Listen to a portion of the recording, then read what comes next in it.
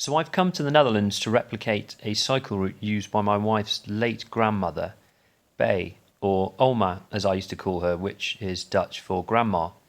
Now, Oma worked for the Dutch resistance in the Second World War. She was a qualified midwife, and this allowed her to get through German army checkpoints without being searched.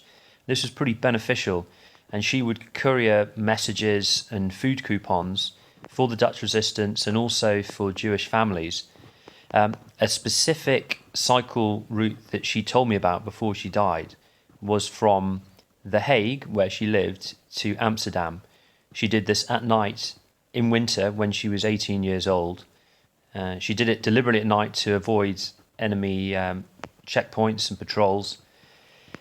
And she did it to carry, as I said, food coupons and messages for the Dutch resistance. The route, as you can see, is about 70 kilometers. It's pretty flat, and actually at points it takes me under sea level. So I'm going to start my journey here at the Anne Frank House Museum, which is really apt because Bay, my wife's late grandmother, she would smuggle food coupons which were going to be used for Jewish families here in Amsterdam. She's also smuggling messages for the Dutch resistance as well. But you know what she did helped possibly the Frank family and certainly other Jewish families here in Amsterdam.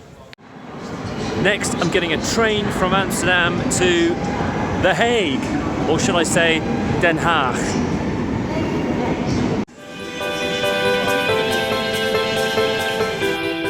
Okay, so I've got to The Hague.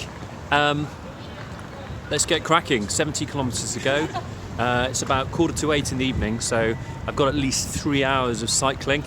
Oma would have taken longer, given the roads and everything, but it's winter, it's darkness, it's about 2 degrees Celsius above freezing, so pretty close simulation to what she would have experienced in those conditions. All right, let's go. Okay, so I'll just talk you through some of the other bits that I'm simulating. So as you can see, got a scarf on. I'm basically trying to dress like someone might have dressed in 1940, 1941. So I've got cords on, boots, shirt, jumper, and this overcoat actually is my grandfather's, who fought in the war as well for the British. So that's quite apt. The bicycle I'm using is a Gazelle, so it's a Dutch bicycle, and it's probably again quite a close simulation of what she would have used. So it's pretty heavy. So it's a woman's bicycle. Weighs, I don't know, I'd say 20 kilos. It's really heavy.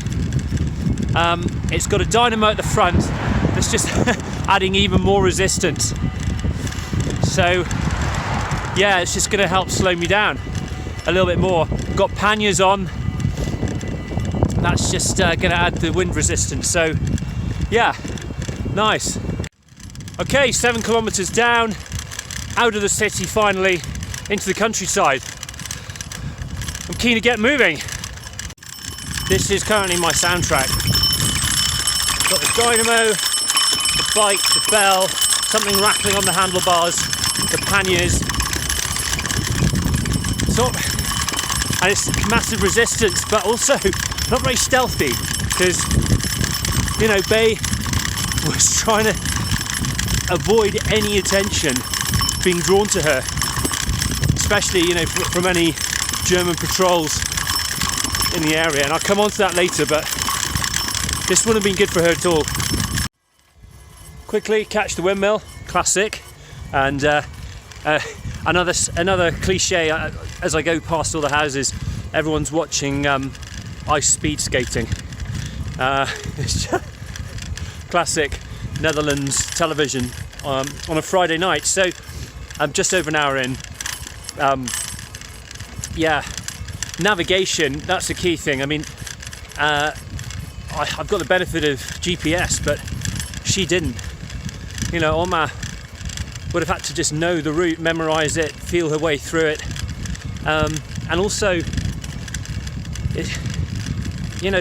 the speed as well. I'm struggling to make 20 k's an hour, so it's going to be a fair bit longer than I thought. It's going to be another hour on top of what I'd estimated. Fighting was, sort of the wind and the ground resistance the whole time, and this heavy bike, the dynamo, everything working against you. So I anticipate I will be a little bit tired. Okay, 40 kilometers done, broken the back of it, so I'm probably now into the hardest section really mentally. The sort of lull before we get into Amsterdam. So on the one hand, I like to think this is a simulation, but it's not really, of course, I just stopped here to bring it home in terms of what Oma had to do. Cause she told me that on this cycle, she spotted some German soldiers, and she had to hide from them. And to do that, she got into the canal and hid under a bridge with her bicycle, got completely submerged in the water.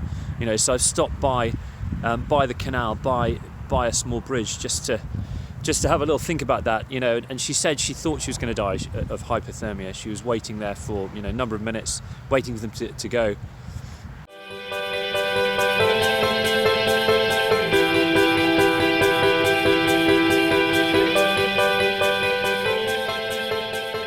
So it's the morning after the night before. There's some wonderful dancing going on here. Just some profound words of reflection, really. I think it was an attempt at a simulation of what Oma did during the Second World War, but obviously was never quite as difficult. She and I think the main things to pick up on are clearly she would have had a worse bike. The road surfaces would have been far worse, mainly gravel and cobbles. Would have been at night without really any lights or any of the advantages I had there for navigation as well. So she was probably, as I said in the video last night, she was probably feeling her way through, going off memory in terms of how to get from A to B, and also the alertness. She was, she said she actually came across a German army patrol and hid in the water. So I didn't get soaking wet last night. I didn't submerge myself in the water. She did. Huge respect to an 18-year-old young woman who was doing what she thought was best for her country and helping in the best way she could. Huge respect.